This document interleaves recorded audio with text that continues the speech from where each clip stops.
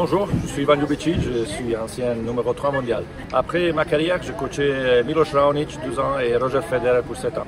Ivan, tu as joué les petits as. Et quel souvenir tu as quand tu étais jeune? Oui, j'ai joué en 1993. J'ai perdu le premier tour de tableau et après j'ai gagné 2 matchs, je pense. C'était super souvenir. C'est une expérience très importante pour les enfants. Toi, tu n'étais pas très talentueux chez les jeunes, c'est ça? Et j'ai commencé très tard à jouer, à 8 ans, à 9 ans. Donc pour ça qu'au 12 ou 14, je n'avais pas de résultats incroyables. J'ai explosé plus tard, à 17, quand j'ai joué la finale des juniors Wimbledon. Mais à cet âge-là, j'étais compétitif, mais je n'étais pas le meilleur en Croatie ou en Bosnie. Donc j'ai joué ici, j'étais chanceux d'avoir cette expérience, mais juste où on a gagné Winter Cup U16, ça c'était une surprise avec Ivo Karlovic. Avec les services qu'on a eu, on a utilisé les services pour gagner le Winter Cup, mais après les résultats ils sont arrivés plus tard. Hier, tu regardais par exemple Oudéa Castera, Pierre. Qu'est-ce que tu lui dis après le match, si tu lui as parlé? Est-ce que tu as un petit coaching en rapport à ce tournoi en particulier? Oui, je ne sais pas parler avec les joueurs directement, je parle avec les coachs surtout, s'ils ont besoin de conseils. Pierre, il a joué un super match, je pense correct. Il est un joueur qui utilise beaucoup la stratégie tactique, donc il y a des frappes qui sont correctes. Techniquement, je pense qu'il peut améliorer beaucoup, mais il est surtout un joueur qui tactiquement il est correct. Il sait exactement quand attaquer, quand défendre, comment attaquer, comment faire jouer mal l'adversaire. Donc c'est ce type de joueur. C'est quoi pour toi le meilleur conseil pour un jeune de 14 ans qui est ici, qui fait partie des meilleurs mondiaux, qui a encore tout à construire? Oui, mais c'est surtout ça, de comprendre que c'est important d'être ici. Donc meilleur joueur, même Roger Federer, il n'a pas gagné le tournoi ici. Il a joué, je pense qu'il a fait quart au 3e tour. Mais c'est important d'être ici. Ça veut dire que faire part de la meilleure, c'est important. Gagner, oui, c'est une sensation très positive, mais c'est important d'être ici, c'est important de faire part des groupes qui en demain, peut-être en futur, il va être un joueur professionnel. Est-ce que tu as un petit feeling sur le futur du tennis français? Est-ce que tu peux nous dire un truc? Et on essaye de construire quelque chose d'important. Je pense que la FFT, c'est la fédération plus importante du monde. Je dis ça plusieurs fois. Je suis très motivé, ambitieux. Je voudrais dominer le tennis mondial. On a besoin de temps de faire ça.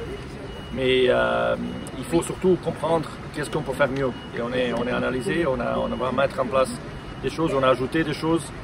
Aujourd'hui, on travaille avec les experts qui ne sont pas seulement français aussi.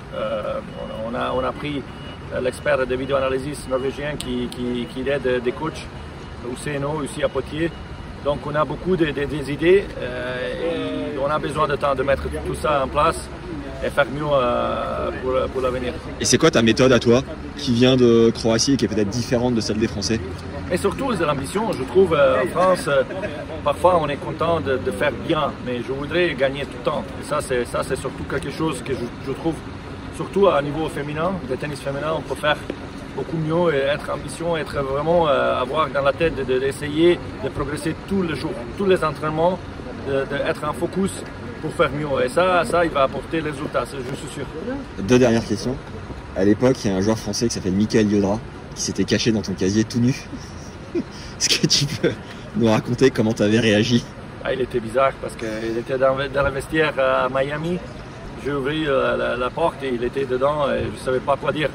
Il était juste avant mon match et son match. Et lui, je pense qu'ils ont battu Bryan Brothers juste après. Moi-même, j'ai gagné, donc c'était un moment sympa et surtout positif pour les deux.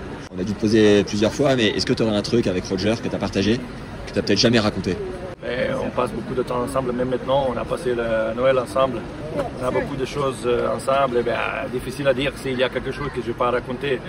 Mais on partage les informations toujours, même aujourd'hui, on parle beaucoup de tennis. On est très passionné de tennis.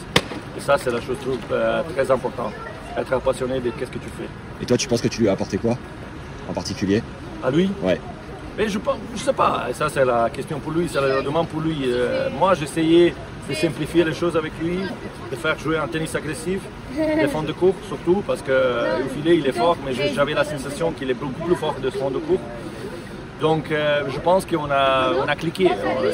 J'ai réussi à donner la confiance qu'il peut gagner le Grand Chelem, parce que quand je commençais à travailler avec lui, il avait un peu de temps qu'il n'avait pas gagné le Grand Chelem. Après, on a eu le temps de s'entraîner. Ça, c'est très important parce que 2016, quand il était blessé, on a pris le temps pour s'entraîner. Et là, je pense qu'il a passé le cap. Et 2017, il était hyper positif, surtout parce qu'on a eu le temps en 2016 de s'entraîner. Vous avez gagné 2 grands chelems ensemble? 3.